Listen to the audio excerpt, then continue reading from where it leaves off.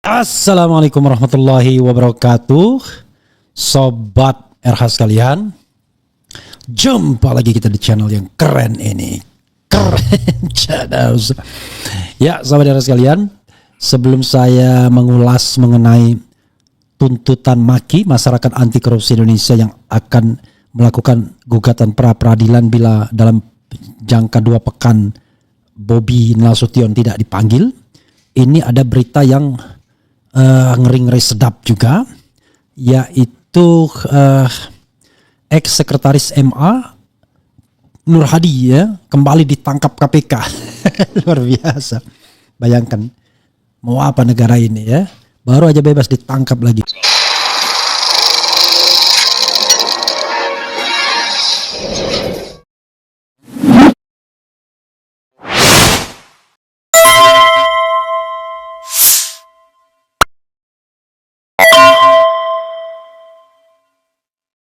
Oke, coba kita bacakan ya.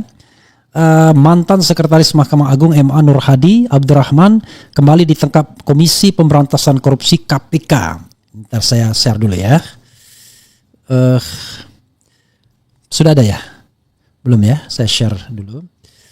Oke, sobat era sekalian, tadi saya mau membacakan berita mengenai gugatan maki, tiba-tiba mata saya kepentok Nur Hadi ini ya. Abdurrahman kembali ditangkap Komisi Pemberantasan Korupsi setelah baru saja bebas menjalani hukuman di kasus suap dan gratifikasi. Juru bicara KPK Budi Prasetyo menjelaskan penangkapan tersebut untuk kepentingan penyidikan kasus dugaan tindak pidana pencucian uang TPPU yang menjerat Nur Hadi. Benar, KPK melakukan penangkapan dan kemudian dilakukan penahanan kepada saudara NHD di Lapas Sukamiskin, ujar Budi di Gedung Merah Putih KPK Jakarta. Penangkapan itu dilakukan tim penyidik KPK pada Minggu 29 Juni dini hari. Penangkapan dan penahanan tersebut terkait dengan dugaan tindak pidana pencucian uang di lingkungan Mahkamah Agung, terang Budi. Nur Hadi pernah ditahan di Lembaga Pemasyarakatan Lapas Sukamiskin, Bandung, Jawa Barat untuk menjalani masa pidana penjara selama 6 tahun terkait kasus suap dan gratifikasi. Bayangkan. Berdasarkan putusan MA nomor 4147K 24 Desember 2021, Nur Hadi juga dihukum membayar pidana denda sebesar 500 juta, subsidiar 3 bulan kurungan, sedangkan pidana uang pengganti 83 miliar sebagaimana tuntutan jaksa KPK tidak dikabulkan majelis hakim. Nah, disitulah yang sering mainnya ya, uang pengganti itu yang kemudian bisa dinegosiasikan, konon katanya begitu ya, kalau nggak dikabulkan ya. ICW kasus Zarub Rikar pintu masuk bongkar mafia peradilan, itu kalau niat dibongkar, tapi kalau nggak niat ya susah juga. Ya, sobat era sekalian, itu tadi ya mengenai Nur Hadi yang kembali ditangkap. Kemudian kita bicara maki ya, maki akan gugat pra peradilan jika dalam 2 minggu Bobi tak diperiksa soal korupsi proyek Jalan Sumut. Ini ada Tribun News. Kemudian ada juga Boyamin Saiman gugat KPK jika Bobi Nasution tak diperiksa kasus korupsi. Ini alasannya. Ini Warta Kota Tribun News. Ini kurang lebih sama ya. Coba kita lihat mana yang kita akan bacakan ini ya. Oke. Tribun News. Oke, coba kita lihat ya. Koordinator Maki Boyamin Saiman menilai KPK harus memeriksa Gubernur Sumatera Utara Bobi Nasution terkait kasus dugaan korupsi di Dinas Pekerjaan Umum dan Penataan Ruang PUPR Sumatera Utara Sumut terkait proyek pembangunan. Coba sebentar ya. Terkait proyek pembangunan jalan. Diketahui kasus dugaan korupsi di Dinas PUPR Sumut ini terungkap setelah Komisi Pemberantasan Korupsi KPK melakukan operasi tangkap tangan OTT di Mandailing, Natal, Sumut pada Kamis malam. Bahkan Boyamin menegaskan dalam waktu 2 minggu ini jika KPK tak kunjung memeriksa Bobi, maka ia tak segan untuk menggugat pra peradilan. Kalau KPK tidak memanggil Bobi, maka KPK akan saya gugat pra peradilan dalam jangka waktu segera, maksimal 2 minggu lagi. Kalau 2 minggu lagi KPK tak memanggil Bobi, maka akan saya gugat pra peradilan, tegas Boyamin. Bobi Nasution perlu diperiksa untuk penuhi azas keadilan. Lebih lanjut, Boyamin menilai Bobi perlu diperiksa KPK mengingat statusnya sebagai Gubernur Sumatera Utara. Karena dalam kasus korupsi biasanya kepala daerah ikut dipanggil KPK jika anak buahnya diamankan KPK. Hal ini dinilai perlu dilakukan untuk memenuhi azas keadilan, karena satu azas keadilan dimanapun kepala daerah akan dipanggil ketika ada anak buah diproses ke KPK, kata Boyamin dalam program Sapa Indonesia Pagi Kompas TV. Boyamin pun mencontohkan saat Gubernur Kalimantan Selatan Sahbirin Nur alias Paman Birin yang sempat dijadikan tersangka dalam OTT di Kalimantan Selatan. Sebagai informasi, kasus Paman Birin ini juga berkaitan dengan pekerjaan di Dinas PUPR Kalsel. Dalam OTT di Kalsel, KPK juga menetapkan status tersangka pada Kadis PUPR Kalsel, yakni Ahmad Solhan. Luar biasa ya, korup semua. Misalnya kemarin di Kalimantan Selatan itu kan sampai ngejar-ngejar Paman Birin itu. Meskipun Paman Birin waktu pra-peradilan itu dinyatakan status tersangkanya tidak sah, jelas Boyamin. Diketahui KPK telah menetapkan 5 orang sebagai tersangka dalam kasus yang berawal dari giat operasi tangkap tangan OTT di Sumut pada Kamis 26 Juni 2025 malam.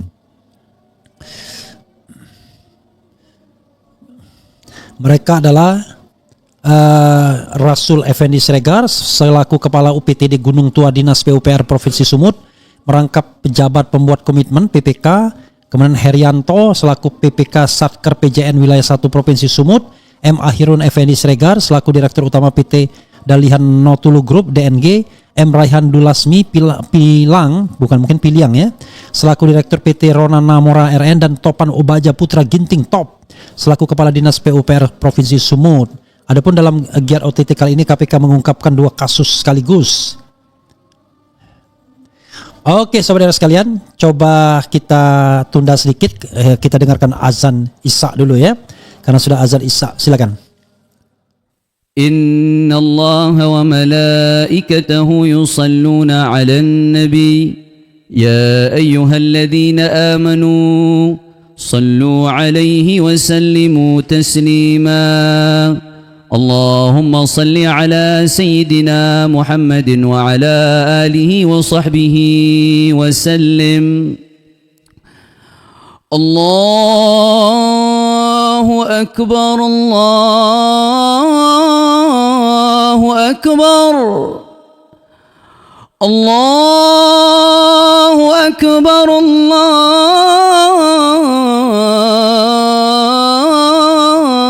الله أكبر. أشهد أن لا إله إلا الله.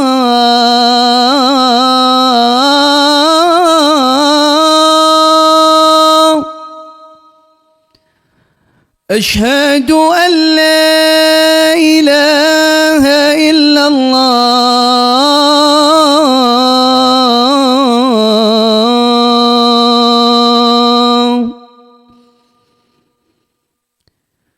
أشهد أن محمد رسول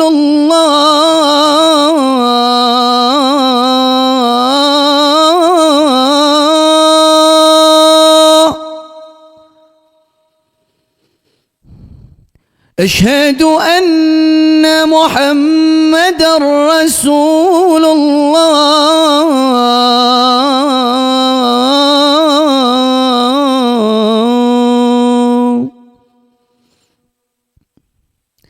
حي على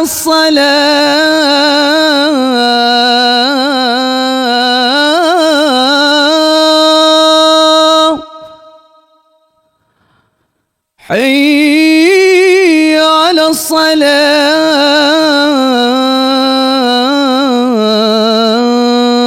الصلاة. حي على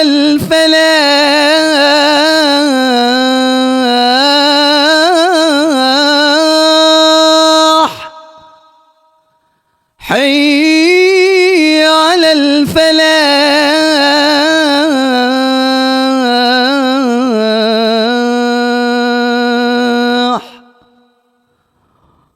الله أكبر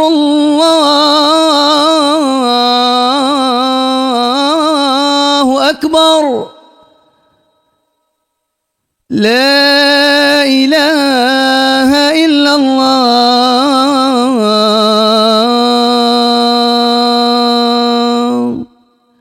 لا إله إلا الله محمد رسول الله صلى الله عليه وسلم.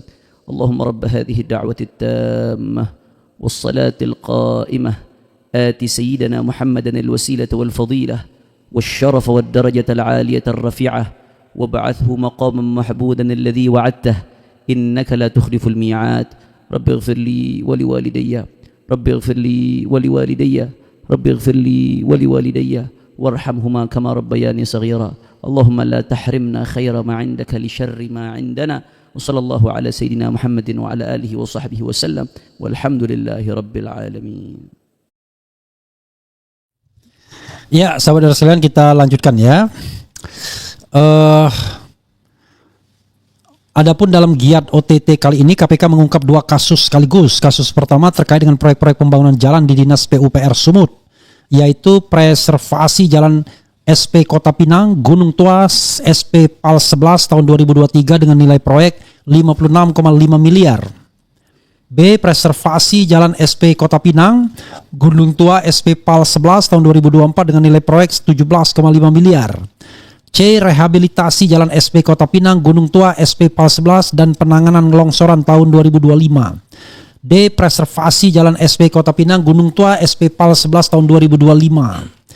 Perkara kedua terkait dengan proyek-proyek pembangunan jalan di Satuan Kerja Pembangunan Jalan Nasional PJN Wilayah 1 Sumut, yaitu A. Proyek pembangunan jalan Sipiongot Batas Labusel dengan nilai proyek 96 miliar. Proyek pembangunan jalan Hutaim Baru Sipiongot dengan nilai proyek 61,8 miliar. Menurut pelaksana tugas PLT Deputi Penindakan Asep Guntur Rahayu, total nilai proyek ini mencapai 231,8 miliar. Begitulah sobat era sekalian ya. Kalau dicari, pertanyaannya dibalik, kira-kira ada nggak gubernur, bupati, wali kota yang tidak korupsi? Baik hard corruption maupun soft corruption. Soft corruption itu ya misalnya membuat kebijakan yang menguntungkan dirinya sendiri secara halus. Misal dia bikin jalan di satu daerah, rupanya daerah tersebut banyak tanah dia misalnya, itu kan halus kan, nggak bisa dijangkau. Dia bikin kebijakan apa saja yang secara tidak langsung menguntungkan dirinya, itu soft corruption. Kalau hard corruption itu ya langsung menguntungkan dirinya, cash keras, misalnya kickback dan lain sebagainya. Jadi sobat era sekalian, kalau Prabowo ingin memberantas korupsi, ya inilah ya, tidak bisa separuh-separuh, tidak boleh setengah-setengah, harus kafah atau tempuh jalan radikal. Udah kasih yang namanya legal amnesty kepada para koruptor, kepada semua pejabat. Mulai dari hari ini dan ke depan kita melakukan sebuah sistem anti korupsi yang betul-betul luar biasa, termasuk pembuktian terbalik misalnya, dan pelaporan harta kekayaan setiap tahun tidak harus ke KPK tapi ke institusi atau lembaga atau satuan kerja masing-masing dan harus dipublikasikan. Kan seperti itu kalau kita mau memperbaiki negara kita. Tapi kalau kita tidak mau memperbaiki negara kita, ya itu ya omon-omon saja memberantas korupsi ya. Ancam menteri, tapi dipuji juga menteri saya udah kerja baik dan lain sebagainya.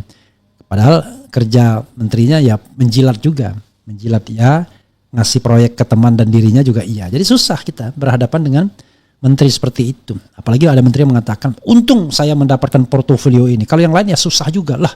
Berarti benar dong, ada menteri basah dan ada menteri kering. Berarti kan kalau ada menteri basah, menteri kering berarti ada korupsinya di sana. Udah jelas kan? Artinya dia bisa memanfaatkan jabatannya untuk mendapatkan keuntungan. Itu sudah pasti korupsi. Jadi kalau kita mau memberantas korupsi pakai standar keras dong, standar yang luar biasa. Jadi komisi etik korupsi itu dipimpin oleh Abdullah Hehamahua, itu baru cocok karena orang satu itu betul-betul menjaga komitmen untuk tidak korup, bahkan sekecil apapun. Jadi susah mencari kelemahannya. Ya, sudah selesai dia dengan hidupnya, itu baru orang yang sudah selesai dengan hidupnya dalam pengertian bahwa harta dan lain sebagainya bukan orientasi dia. Begitu sobat era sekalian. Ya. Coba kita bacakan komentar sobat RH sekalian. Pertama, 1000 meter yakin Bobi terlibat. Pertama hadir, sudah diprediksi Bobi tidak akan tersangkut, cukup yang lain jadi tumbal. Sebelum OTT di PUPR Sumut ada pergeseran orang di KPK oleh Listio, indikasi Bobi di save KPK. Is it? I don't know exactly. Ada saja netizen ini, benar juga ya dikait-kaitkan. KPK tidak akan berani tangkap keluarga Mulyono. KPK masih takut sama Mul. Tangkap semua maling yang terlibat tanpa pandang bulu. Pakai tanpa ya. Revolusi. Saat rakyat bangkit bela bangsa. Tenang aja nak Bobi. Semua komisioner KPK dibawa ketek mertua Anda. Nanti keterlibatan akan diarsipkan seperti kasus gratifikasi kasus Kaisang dan Gibran yang dilaporkan Ubed. Semua tergantung pemimpin sekarang. Yakinkah memangnya berani sama keluarga raja? Contoh Pertamina, Timah dan lain-lain yang bertriliun-triliun saja hilang, toh jelas terlihat rakyat. Giliran Tom Lembong yang tidak jelas saja begitu tegasnya, gimana rakyat biasa? Ya, saudara sekalian, memang ada korupsi timah yang konon melibatkan para anak pembesar. Lewat, nggak berlanjut. Malah yang terjadi adalah seolah-olah Kejaksaan Agung menjadi pahlawan dengan menangkap Marcella Santoso. Ya mungkin benar Marcella Santoso tukang untuk membela para koruptornya ya. Tapi jangan lupa ada orang-orang besar yang tidak ditindaklanjuti. Kemudian Adili Bobby. Boyamin banyak drama, kalau bukan gegara anaknya si Samsung gak bakal jadi presiden wapres maksudnya ya. Saatnya nyali KPK diuji dalam kasus OTT Kadis PUPR. KPK jangan jangan mundurlah. Kemudian tidak semata-mata ya anaknya Boyamin. Begini, permohonan itu banyak. Tinggal dipilih kira-kira siapa yang mau dikabulkan. Karena yang permohonannya mirip-mirip anaknya Boyamin itu juga ada. Jadi sahabat era sekalian, dalam konteks seperti ini, sebenarnya ini betul-betul perilaku MK saja. Terutama Paman Usman. Jadi tidak bisa diserahkan ke anaknya Boyamin. Ya, karena orang boleh mengajukan permohonan, hak dia. Tapi kalau hakimnya itu lurus, teguh, itu nggak akan bisa dipengaruhi ya. Mana mungkin ternak memeriksa majikannya. Boyamin antek Mulyono, berat korupsi bebas malah dihormati. KPK mana berani menantu si Joko kakak iparnya Wapres. KPK takut dipecat oleh Wapres. Langkat 40 km dari Medan banyak jalan berlubang. Kemari ding KPK ke Langkat. Mantap, selesaikan semua kasus korupsi geng Solo. Kami masyarakat ingin adanya perubahan di negeri ini yang saat ini serba tak jelas. Korupsi di semua lini memperparahnya keadaan Indonesia. Jadi tolong ya, jangan tangkap orang yang mengkritik korupsi. Yang ditangkap tuh koruptornya bro ya. Atau terduga koruptor atau yang diperkirakan terlibat. Kemudian lagi ya. Sinyo anak bos KPK mana berani? Boyamin kita tunggu berani enggak? Tiap hari selalu ada kejutan di agen 8. Apa nih agen 878 ini? Anu ya. Kita buang ini. Jangan-jangan enggak bener nih. Waduh, ini tolong dibuang ya. Dibuang-buang itu. Yang tiap hari selalu ada kejutan di agen 78 itu. Dibuangin semua itu. Khawatirnya judol itu. Oke.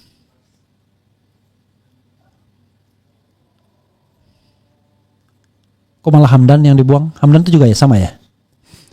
Wajib diperiksa dan adili Bobi ya. Bu Yenti Ganarsi saja tidak masuk akal kalau Bobi tidak diperiksa dan diadili. Oke. Dengan kekuatan ia cawi-cawi semua aturan demi kejayaan keluarganya pun bukan demi kesejahteraan rakyat. Korupsi begitu ugal-ugalan dilihat rakyat seperti tidak punya malu. Tinggal tanya anu dan anu beres toh. Apa maksudnya ini ya? Masya Allah, subhanallah, Allahu Akbar. Setelah si Mulyono lengser, kasus korupsi satu demi satu mulai terungkap. Begitu bobroknya kah pemerintahan Mulyono. Kemudian kalau dilihat mutarnya keterangan dari pengadilan sudah bisa diprediksi akan menghindarkan Bobi dari permasalahan. Masya Allah, keren bang, abang ada azannya. Apalagi ya, Boyamin jangan nyuruh anaknya ke MK gugat sehingga Gibran menjadi wapres. Apakah dapat amplop besar ya? Apa maksudnya ini? Ya begitu saja yang KPK-nya sudah masuk angin. Jangan berharap banyak terhadap KPK. Mimpi kalau KPK kembali ke marwahnya. Masih banyak antek Jokowi yang mengganggu KPK. Kemudian KPK kalau nggak punya nyali bubarkan aja. Bang, undang Ipang Wahid. Siapa Ipang Wahid itu? Kejagung kalah cepat dengan KPK. Ya, begitu sahabat sekalian ya. Mudah-mudahan ini bermanfaat. Sekali lagi kita akan lihat apakah Boyamin akan melaksanakan niatnya atau cuma sekedar omon-omon. Tapi omon-omon itu sudah luar biasa juga. Tidak banyak orang yang berani ngomong seperti itu ya kan. Ketika Boyamin ngomong itu menurut saya kita apresiasi ya.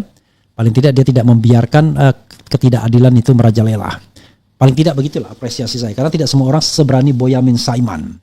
Cuman masalahnya adalah apakah dia punya backup di belakang, we don't know exactly kan. Dan tidak relevan juga. Begitu sobat era sekalian, mudah-mudahan ini bermanfaat.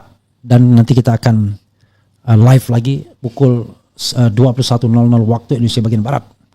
Wassalamualaikum warahmatullahi wabarakatuh. Keren, cadas, ciao.